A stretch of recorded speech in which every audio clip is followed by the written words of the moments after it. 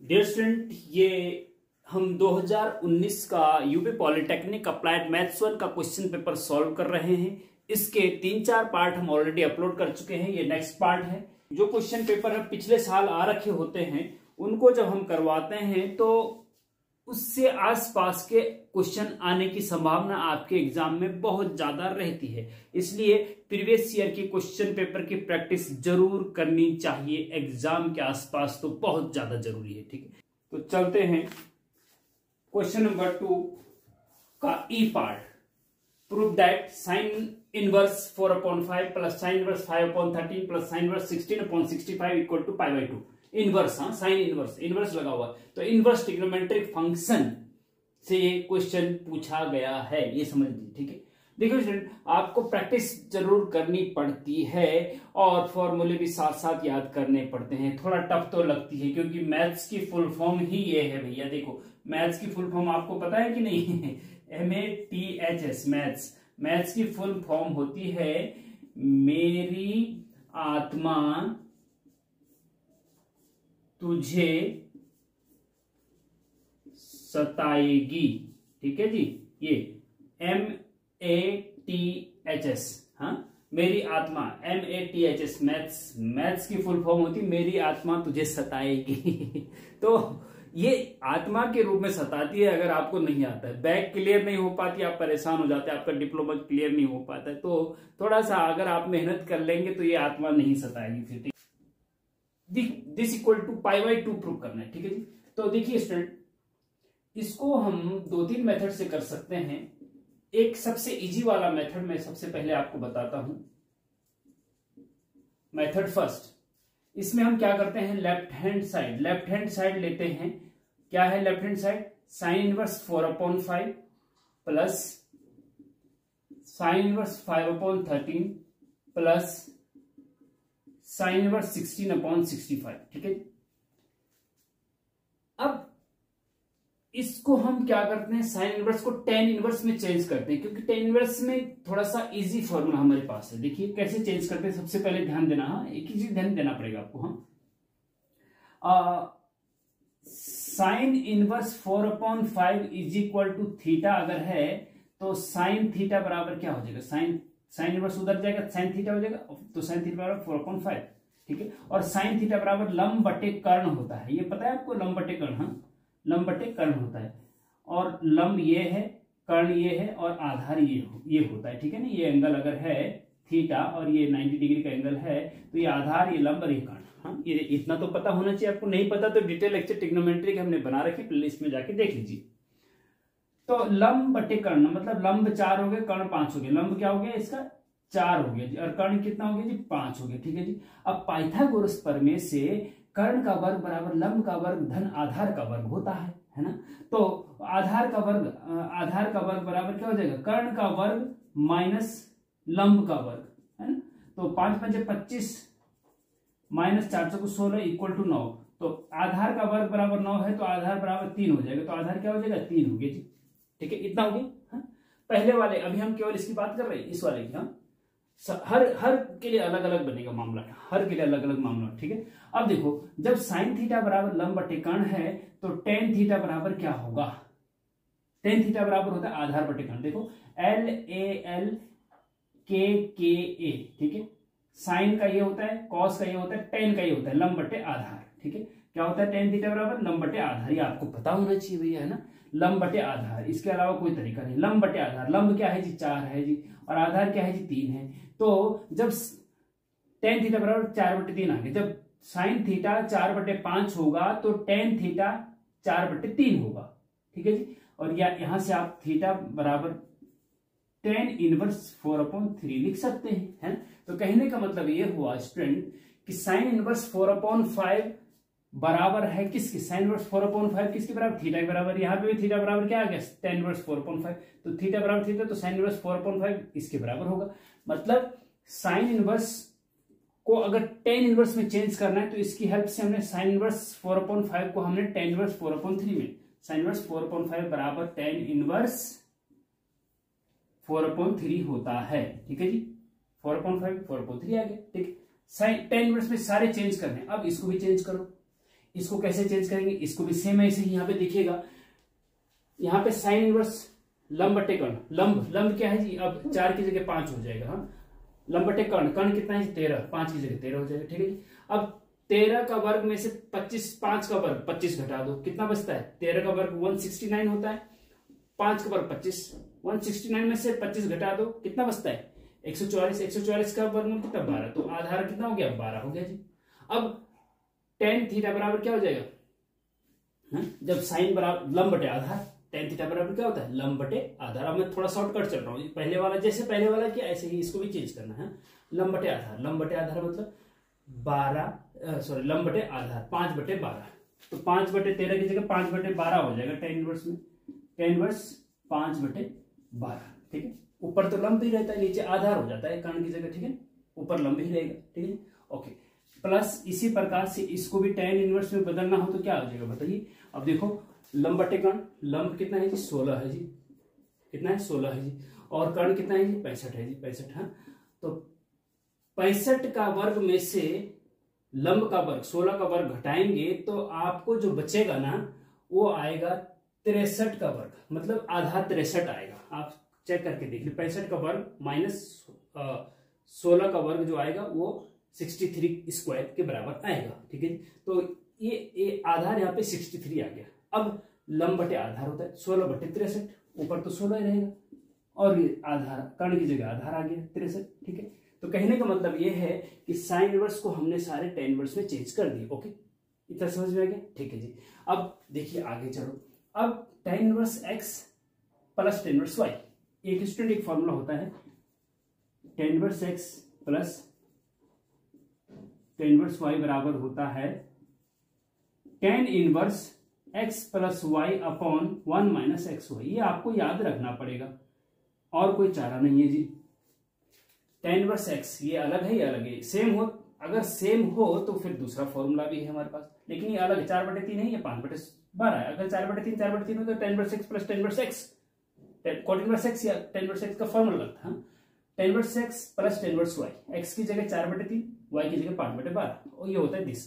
तो इतने में इसमें हमने फॉर्मूला लगाया तो हमें क्या मिलेगा, tan inverse x plus y, this plus 4/3 प्लस 5/12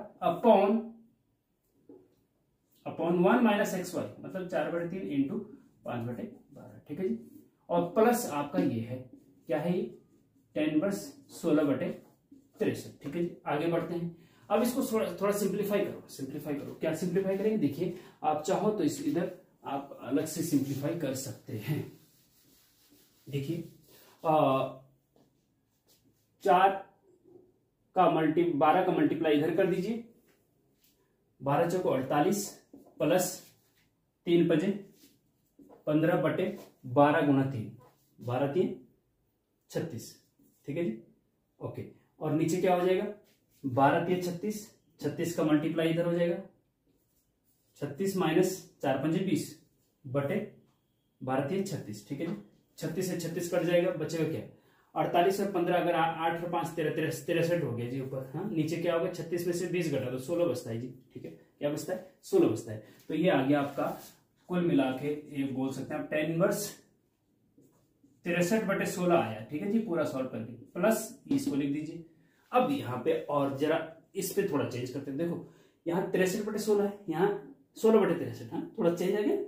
अच्छा, अब इसमें देखिए tan इनवर्स, tan का उल्टा cot होता है। ठीक है, tan का उल्टा cot होता है, तो tan इनवर्स बराबर अगर 16/63 है तो इसको cot में बदलेंगे तो cot क्या हो जाएगा, cot इनवर्स ये उल्टा हो जाएगा, ये नंबर उल्टा हो जाएगा, क्या हो जाएगा cot इनवर्स 63/16 हो जाएगा। ये tan इनवर्स 16/63 बराबर होता है cot इनवर्स 63/16। समझ रहे बात, क्योंकि tan cot का उल्टा होता है ना, इसको उल्टा कर दी, यहाँ आगे cot आ गया। अब ये इसलिए किया क्योंकि ये सेम हो गया, 63/16 63/16, हाँ सेम हो गया। अच्छा, अब जब सेम हो गया तो अब आप एक फॉर्मूला लगा सकते हैं, एक फॉर्मूला होता है इसमें tan inverse x plus cot inverse x। जब x x दोनों सेम होते हैं तो tan inverse x plus cot inverse x बराबर π/2 होता है। क्या होता है, π/2 होता है। तो यहाँ पे x x मतलब सेम है, अगर जब ये सेम है और एक tan इनवर्स एक cot inverse this equal to π/2 होता है, तो यही आपकी राइट हैंड साइड है, बस प्रूफ। ये है जी आपका तरीका, ठीक है। ये फॉर्मूले याद होने चाहिए भैया, नहीं भैया तो आप डिटेल लेक्चर पढ़ सकते हैं ना। उसके अलावा और कोई तरीका नहीं है कि आपको हम संजीवनी बूटी घोट करके आप पिला दें और आप सारे सॉल्व कर लें, ऐसा कोई तरीका है नहीं। इसीलिए मैंने लिखा कि मैथ्स की फुल फॉर्म मेरी आत्मा तुझे सताएगी, है ना। तो ये है तरीका। और दूसरा मेथड ये है स्टूडेंट कि दूसरा मेथड का मैं हिंट दे देता हूं आपको, हिंट देता हूं, ठीक। दूसरे मेथड में क्या है, जैसे sine inverse x plus sine inverse y, हाँ, तो आपको पता होना चाहिए कि sine inverse x plus sine inverse y का जो फॉर्मूला होता है वो होता है sine inverse x into under root 1 minus y square plus y under root 1 minus x square. ये फॉर्मूला होता है sine inverse x plus sine inverse y का फॉर्मूला ये होता है। तो एक्स है ये वाई है, इसको ऐसे कर सकते हैं। फिर से जब सॉल्व करके आ जाएगा छोटा सा, तब फिर से sine inverse x plus sine inverse y का इसके साथ लगेगा, तो उसको सॉल्व करके वो उसमें कैलकुलेशन थोड़ा लेंथी है, उससे भी परफेक्ट हो जाएगा। उससे आप खुद ट्राई कर लीजिए, है ना। तो हम चलते हैं नेक्स्ट क्वेश्चन पे। ओके, नेक्स्ट क्वेश्चन बहुत इंपॉर्टेंट है स्टूडेंट। नेक्स्ट क्वेश्चन है आपका, कहां से आ रखा है नेक्स्ट क्वेश्चन, हाँ, डिफरेंशिएशन का है। इजी है और बढ़िया है, इससे ज्यादा इजी है। ये थोड़ा सा आपको कंफ्यूजन पैदा कर सकता है या ज्यादा मेहनत करने के लिए विवश कर सकता है। अगर आपको ज्यादा मेहनत नहीं करनी है तो कम मेहनत वालों के लिए नेक्स्ट क्वेश्चन आ रहा है। तो next question student, question number 2 का F part, if y is equal to sec x into tan x then find dy upon dx। ठीक है, आपके पास गिवन है y is equal to sec x into tan x, दो function का multiply समझ लीजिए, ठीक है। और फिर dy बाई dx निकालना, मतलब differentiation with respect to x करेंगे तो यहां पे तो dy बाई dx हो जाएगा। यहां क्या होगा भैया, यहां पे आगे डी अपॉन dx लगा दो और अंदर sec x into tan x लिख दो, है ना। अब यहां पे दो फंक्शन है, डिफरेंशिएशन जिनका करना है वो दो फंक्शन का मल्टीप्लाई है। फर्स्ट फंक्शन sec x है, सेकंड फंक्शन टेन एक्स है। जब भी दो फंक्शन मल्टीप्लाई में हो तब, हाँ, तब क्या होता है, देखो जब दो फंक्शन मल्टीप्लाई में होते हैं ना और उनका डिफरेंशिएशन करना होता है तो उसमें ये होता है first function as it is लिखो इनटू सेकंड फंक्शन का डिफरेंशिएशन करो plus second function as it is लिखो इनटू फर्स्ट फंक्शन का डिफरेंशिएशन करो। ये डिफरेंशिएशन का गुणनफल नियम है, ये, हाँ, अवकलन का गुणनफल नियम, ठीक है। तो ये फॉर्मूला आपको याद अगर है तो ये बहुत इजी है, ठीक है। तो देखिए फर्स्ट फंक्शन, देखो first function as it is sec x into tan x का differentiation d upon d x tan x, ठीक है जी। टेन एक्स का डिफरेंशिएशन करना पड़ेगा, फिर प्लस है बीच में, प्लस आता है बीच में, ठीक है। इंटू में प्लस आता है, डिवाइड में माइनस आता है। Second function as it is लिखो इंटू फर्स्ट फंक्शन का डिफरेंशिएशन करना है तो sec x के आगे डी अपॉन डी एक्स लगा दिए, ठीक है जी। ओके, ठीक। अब sec x as it is लिखना है जी, sec x into tan x का differentiation d upon d x लगा ना। टेन एक्स का डिफरेंशिएशन आपको पता होना, टेन एक्स का डिफरेंशिएशन sec की स्क्वायर एक्स होता है जी, sec की स्क्वायर एक्स, ये पता होना चाहिए आपको।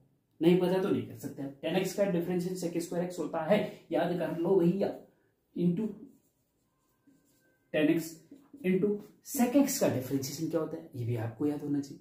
sec x का डिफरेंशिएशन होता है sec x into tan x, sec x into tan x, याद रखना पड़ेगा, कोई दिक्कत नहीं, ठीक है। और sec x into sec square x, ये हो जाएगा आपका sec, हाँ चाहो तो कॉमन ले लो, sec x कॉमन आ रहा है, देखो sec x यहाँ भी है, तो sec x कॉमन आ रहा है, अंदर क्या बचा, sec square x plus sec x, ten x और टेन एक्स क्या हो जाएगा, टेन स्क्वायर एक्स, ठीक है जी, टेन स्क्वायर एक्स, ठीक है। ओके, अब इससे आगे और कुछ हो सकता है क्या, देखो one plus ten square x बराबर sec स्क्वायर एक्स होता है। ये डिफरेंस ट्रिग्नोमेट्रिक इनइक्वालिटी में है एक चीज, है ना। तो टेन स्क्वायर एक्स की जगह sec square x minus one लिख सकते हैं, sec square x to sec square x हो जाएगा। तो कोई ज्यादा कटफट तो रहा नहीं, आप आंसर यहीं पे छोड़ सकते हैं, कोई दिक्कत नहीं, ठीक है। तो dy अपॉन dx आपका ये आ गया जी, sec x ब्रैकेट में sec square x plus tan square x, ठीक है। तो इस प्रकार से स्टूडेंट ये करेंगे आप, ओके।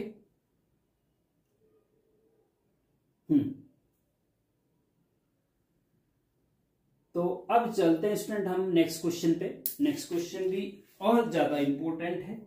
वो नेक्स्ट क्वेश्चन है आपका मॉडुलस का, हाँ मॉडुलस, सॉरी कॉम्प्लेक्स नंबर का। कॉम्प्लेक्स नंबर का मॉडुलस और एम्पलीट्यूड निकालना है, मापांक और आर्गुमेंट को क्या कहते हैं, कोणांक। हाँ, मापांक और कोणांक निकालना है। किसी भी कॉम्प्लेक्स नंबर का मापांक कोणांक कैसे निकालते हैं ये आपको पता होना चाहिए। तो थोड़ा बहुत अगर हल्का फुल्का पता है तो यहाँ पे समझ में आ जाएगा, नहीं भी पता है तब भी आ जाएगा।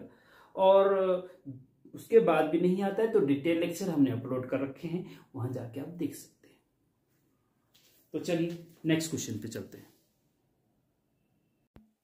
तो next question student, question number 2 का G part, find modulus and amplitude of root 1 plus iota upon 1 minus iota. Modulus मतलब मापांक और एम्पलीट्यूड मतलब कोणांक या आर्गुमेंट निकालना है। और ये 1 प्लस आयोटा, आयोटा जहां पे आ गया मतलब कॉम्प्लेक्स नंबर का क्वेश्चन है, ठीक है। कॉम्प्लेक्स नंबर का डिटेल लेक्चर हम ऑलरेडी अपलोड कर चुके हैं, वो प्लेलिस्ट में जाके आप देख सकते हैं। अब किसी भी, देखिए होता क्या स्टूडेंट, जो कॉम्प्लेक्स नंबर होता है ना उसको जेड से मोस्टली डिनोट करते हैं, और ए प्लस आयोटा बी टाइप का जो होता है उसको कॉम्प्लेक्स नंबर कहते हैं, ए प्लस आयोटा बी, ठीक है। जिसमें आयोटा नहीं होता है जैसे कि ए, इसको real part of complex number कहते हैं। और जिसमें आयोटा वाला भाग होता है, आयोटा के साथ जो नंबर होता है उसको, उसमें साइन भी काउंट करता है, जो आगे साइन होता है जैसे प्लस बी, हाँ, बी को imaginary part of complex number कहते हैं, ठीक है।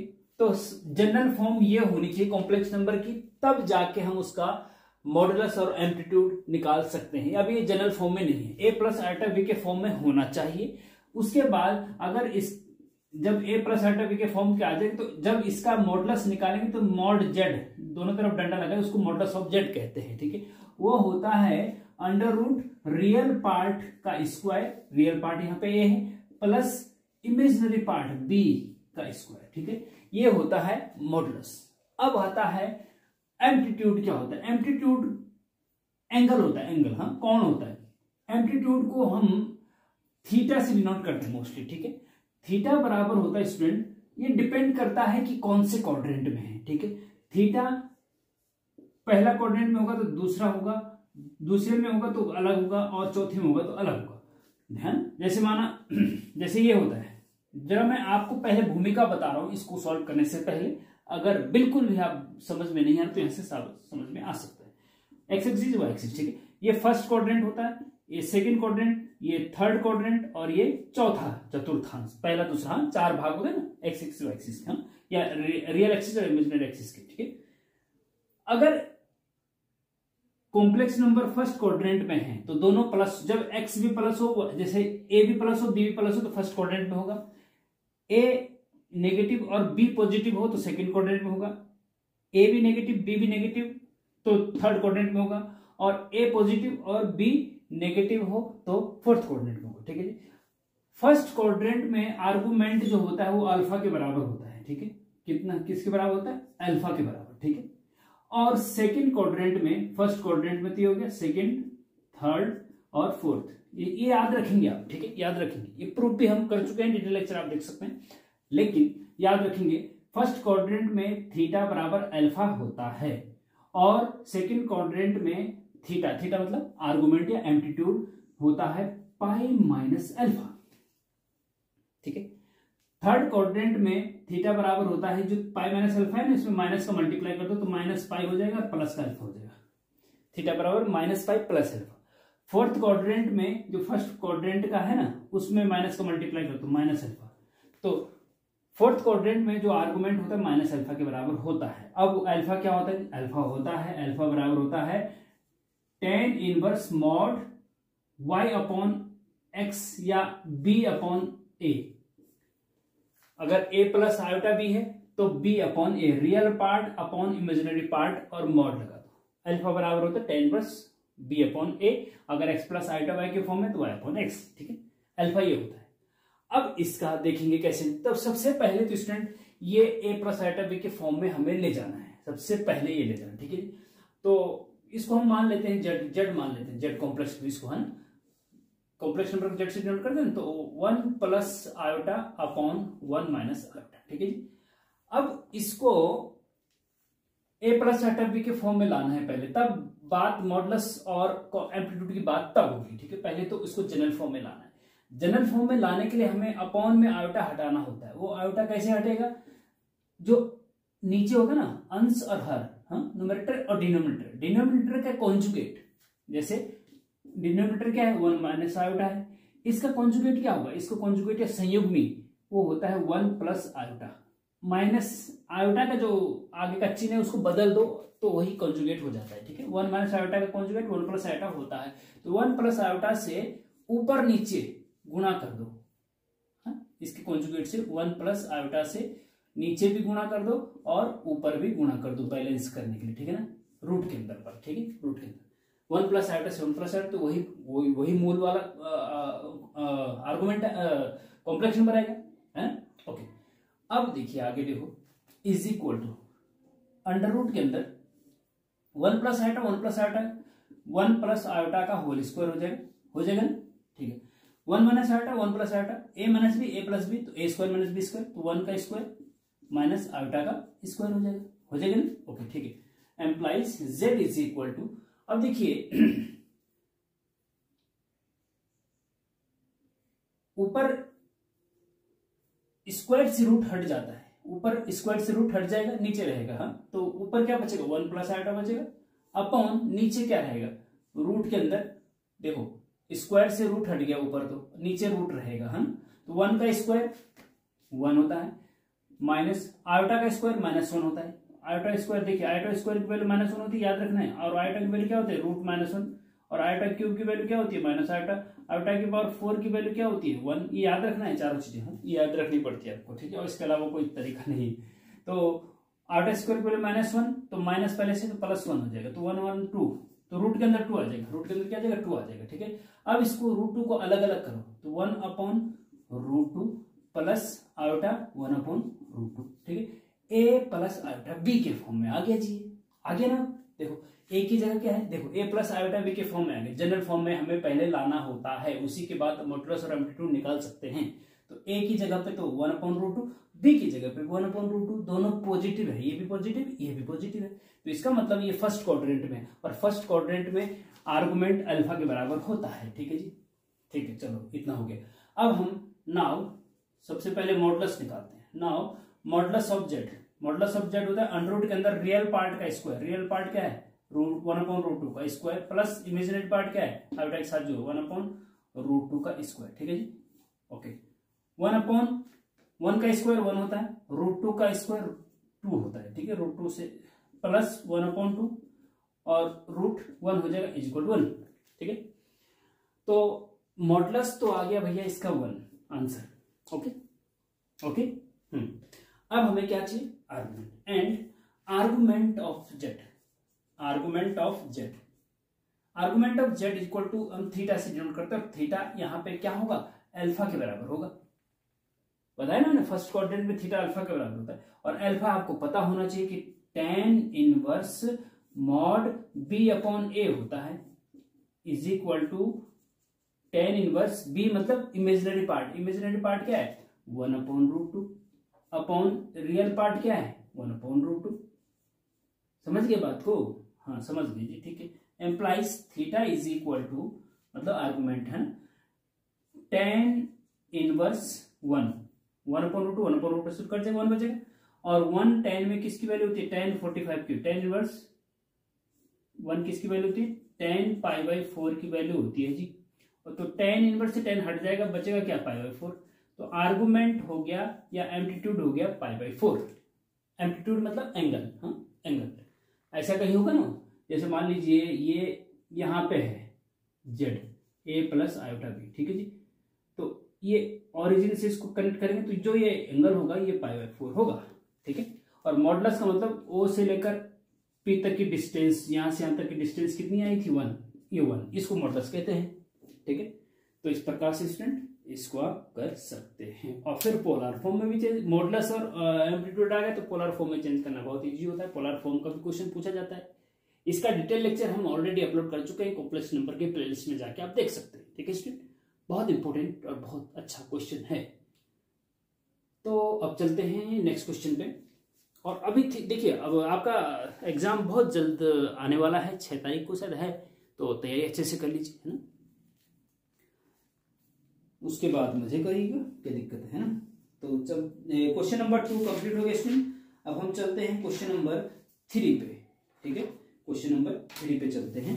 और क्वेश्चन नंबर 3 जो है में जो पार्ट है वो एक क्वेश्चन 5 मार्क्स का है। ये 2 मार्क्स के थे। ठीक है, तो इससे ज्यादा और वैल्यू वाले इंपॉर्टेंट क्वेश्चन है।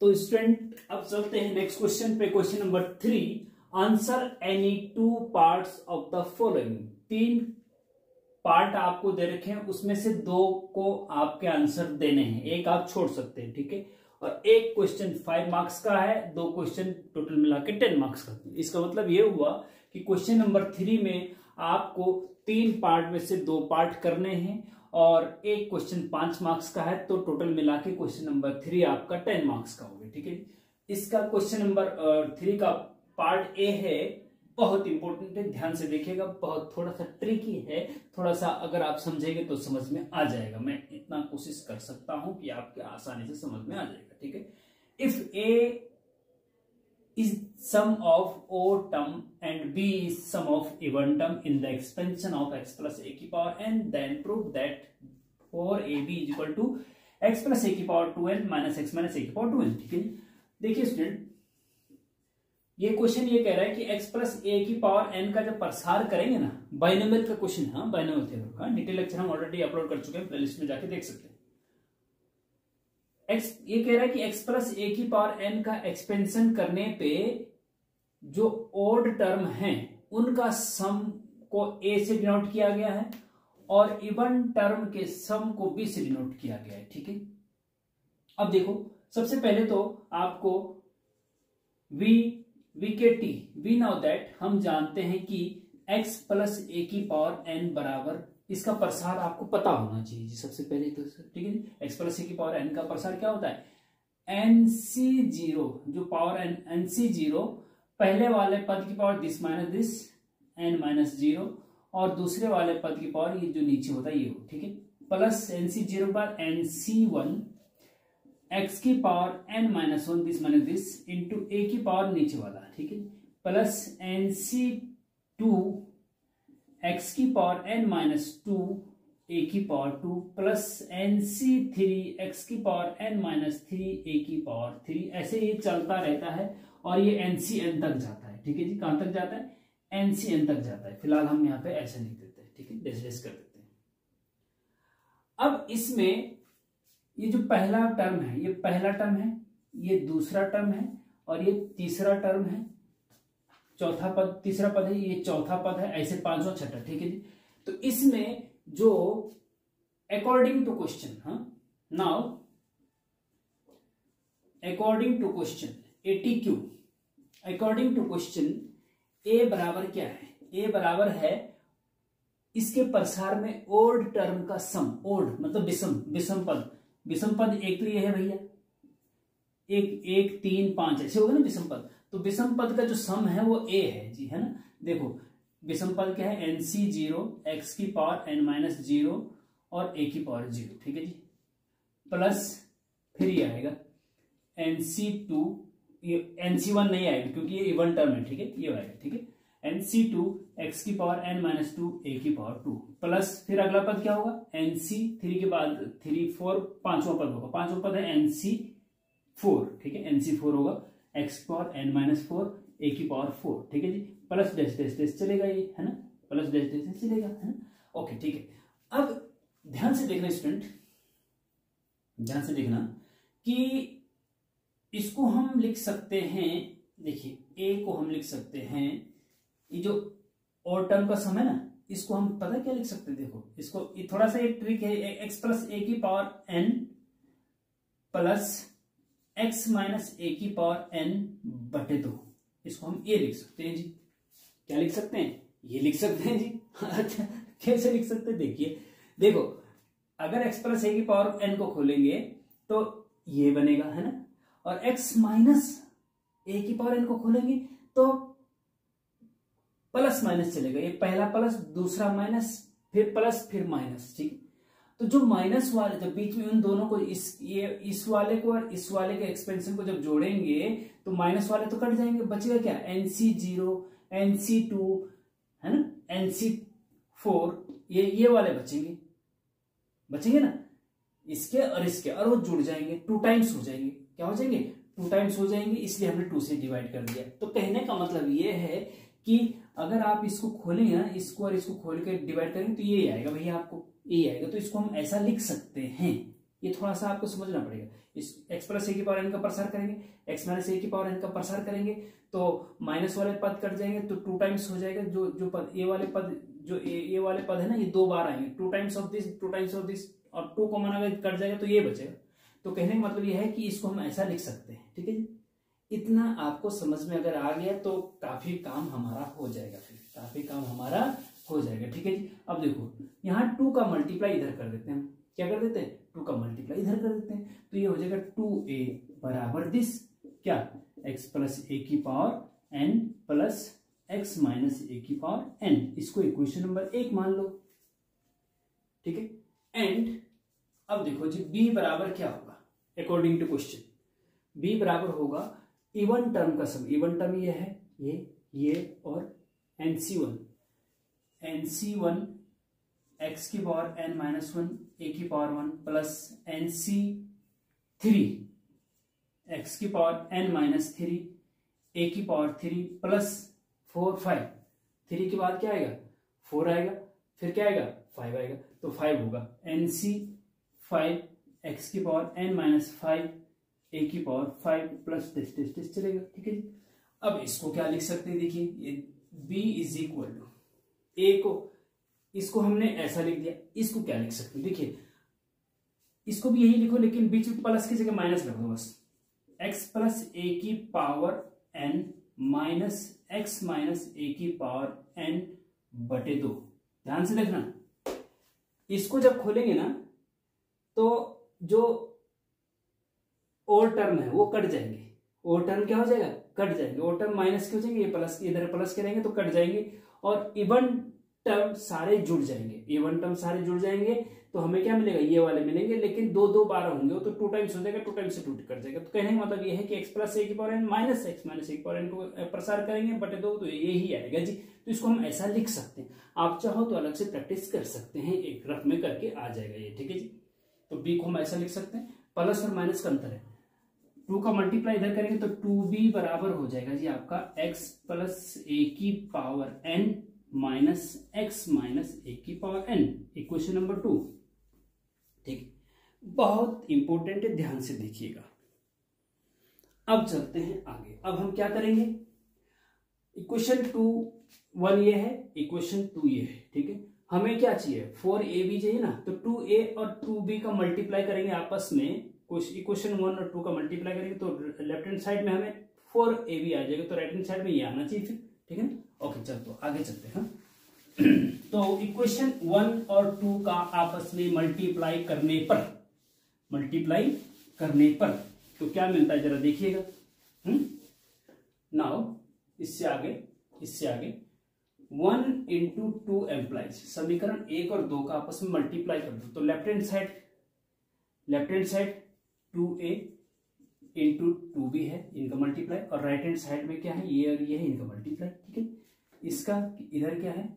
इधर है जी आपका x प्लस ए की power n plus x minus A की पावर n इंटू ये है x प्लस ए की power n minus x minus A की पावर n। ठीक है जी, ऐसे हो जाए। ओके, एम्प्लाइज अब देखिए 2a इंटू 2b 4ab हो जाएगा। तो लेफ्ट हैंड साइड, अब इधर राइट हैंड साइड ये आनी चाहिए, इनका मल्टीप्लाई। देखो अब देखो, इसको थोड़ी देर के लिए x प्लस ए की पावर n को थोड़ी देर के लिए a मान लो पूरा, इसको b मान लो, a और b है।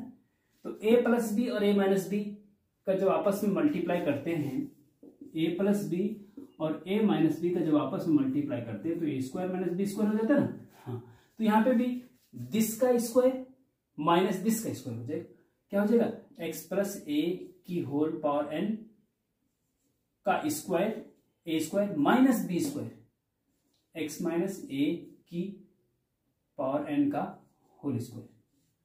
ठीक है, अब इस ब्रैकेट को खोलते हैं तो पावर में पावर का मल्टीप्लाई हो जाता है। ठीक है, क्या हो जाएगा, एक्स प्लस ए की पावर 2n हो जाएगा, n इंटू 2 2n हो जाएगा। ठीक है, माइनस एक्स माइनस ए की पावर 2n हो जाएगा। तो देखिए राइट हैंड साइड भी यही है कि नहीं है, RHS प्रूव्ड। ठीक है, तो इस प्रकार से इसको कर सकते हैं। ठीक है, बहुत इंपॉर्टेंट क्वेश्चन, अच्छे से कर लीजिएगा। कहीं पे कोई दिक्कत हो रही तो कमेंट पे आप पूछ सकते हैं। ओके, लेकिन करना है, बहुत मेहनत करनी है आपको। हाँ, मैथ्स में बैक आती हुई है बहुत ज्यादा, इससे बचना है। तो नेक्स्ट क्वेश्चन है क्वेश्चन नंबर 3 का B part, prove that 1 plus cos theta plus iota sine theta की whole power N plus 1 plus cos theta minus iota sine theta की whole power N is equal to 2 की power N plus 1 cos की power N theta by 2 into cos N theta by 2। ठीक, iota आ रखा है तो complex number का है और पावर में एन है, तो कॉम्प्लेक्स नंबर में डिमाइवर थ्योरम होती है एक स्टूडेंट, उसका क्वेश्चन ये है। वो डिमाइवर थ्योरम होती है cos theta plus iota sine theta की होल पावर एन बराबर होता है डिमाइवर थ्योरम से कि जो पावर होती है वो एंगल के साथ चले जाती है। ये कॉस होना चाहिए, साइन होना चाहिए, साइन के साथ आयोटा होना चाहिए, बीच में प्लस होना चाहिए। ठीक, तो n cos N theta angle के साथ चला जाता है, plus iota sine n theta. ये डिमाइवर थ्योरम है भैया। क्या है ये, डिमाइवर थ्योरम है कॉम्प्लेक्स नंबर में। ठीक है, डिमाइवर साहब एक गणितज्ञ थे, उन्होंने ये प्रमेय दिया था। तो जब भी कॉस थीटा ऐसा थे power whole power n type का, तो समझो कि डिमाइवर थ्योरम का प्रयोग हो सकता है, हो सकता है। ठीक है, लेकिन ये तभी होगा जब ये cos theta plus iota sine theta के फॉर्म में होगा। यहाँ पे 1 है भैया, 1 ना होता तो डायरेक्ट एन लगा दे, लेकिन 1 यहाँ पे है, यहाँ पे भी 1 है, तो 1 हटाना पड़ेगा। क्या, 1 हटाना पड़ेगा।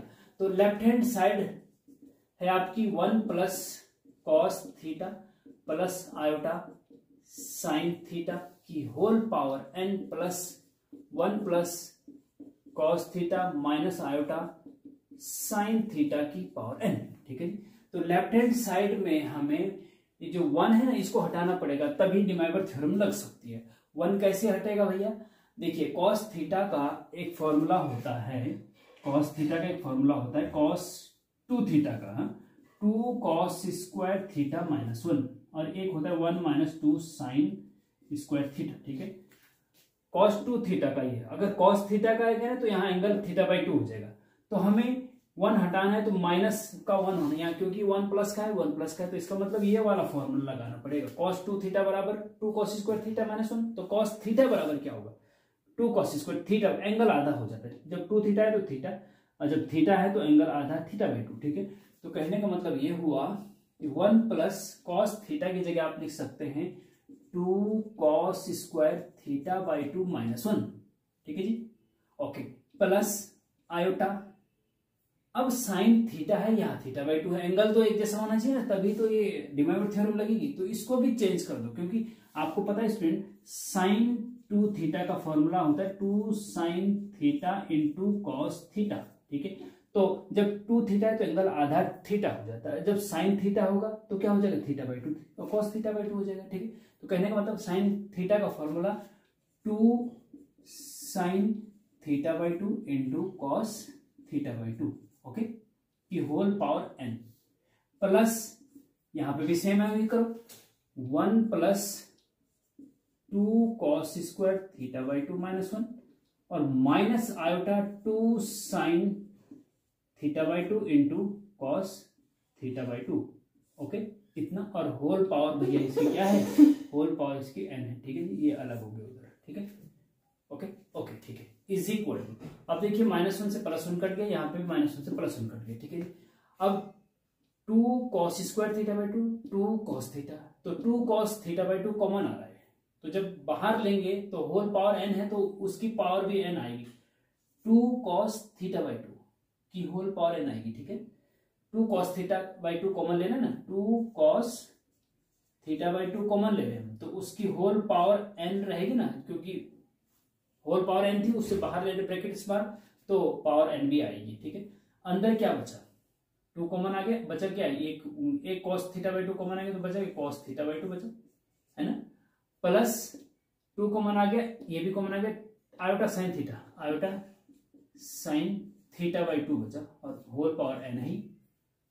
इतना समझ में आ गया? ओके ठीक है, कोई दिक्कत हो रही तो कमेंट में पूछ लीजिएगा भैया। हाँ, यहां पे भी 2 cos थीटा बाई 2 कॉमन आ रहा है, 2 cos थीटा बाई 2 कॉमन आ रहा है, तो इसकी होल पावर n, क्योंकि होल पावर n तो वो भी कॉमन आएगी। हाँ, अंदर क्या बचा, यहां बचा आपका cos थीटा बाई 2 माइनस, यहां माइनस है, हाँ, आयोटा साइन थीटा बाई 2 और होल पावर n। ओके ठीक है जी, इज इक्वल टू, अब देखेंगे आप इसको ध्यान से देखना।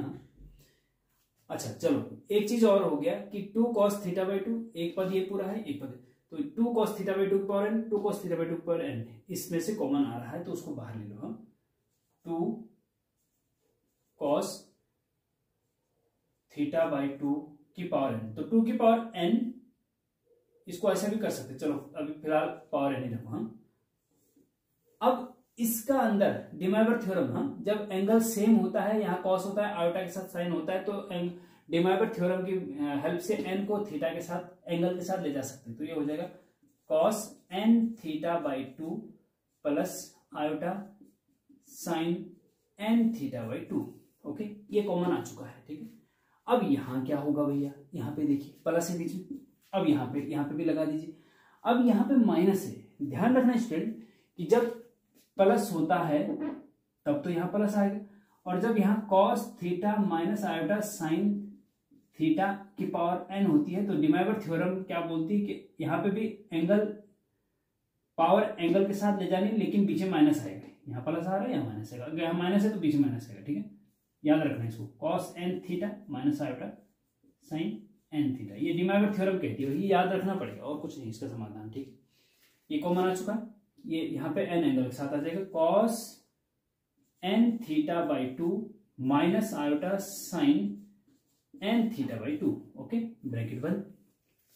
अब देखिए ये प्लस का ये माइनस का सेम थे, कट गया। ठीक है, ये दुगना हो जाएगा, सेम है तो दुगना हो जाएगा। ठीक है, इज इक्वल टू, ठीक है, अच्छा ये 2 की पावर n है, 2 की पावर n इंटू कॉस की पावर भी n है और theta by 2, angle theta by 2 है। ठीक है, इंटू क्या, 2 times of cos n theta by 2। ठीक है, अब 2 की पावर 1 और 2 की पावर n गुणा में घाते जुड़ जाते, तो 2 की पावर क्या हो जाएगा, n प्लस 1 इंटू कॉस की पावर n और एंगल है theta by 2 into cos n theta by 2। ठीक है, और यही आपकी राइट हैंड साइड, देख लीजिएगा, यही आपकी राइट हैंड साइड है और ये प्रूव हो गया। ठीक है, तो इस प्रकार से स्टूडेंट जब आप प्रैक्टिस करते हैं तो ये सब क्वेश्चन होने लग जाते हैं, बिना प्रैक्टिस के नहीं होता है। आप सोचेंगे कि बिना प्रैक्टिस से हो जाए, नहीं होगा, प्रैक्टिस करनी पड़ेगी। कॉम्प्लेक्स नंबर के डिटेल लेक्चर आपको पढ़ने पड़ेंगे, उसका हम डिस्क्रिप्शन में भी लिंक दे देंगे, प्लेलिस्ट में जाके भी आप देख सकते हैं। और एक एक क्वेश्चन की प्रैक्टिस आपको करनी पड़ेगी, कॉपी पेन हाथ में रख के करनी पड़ेगी।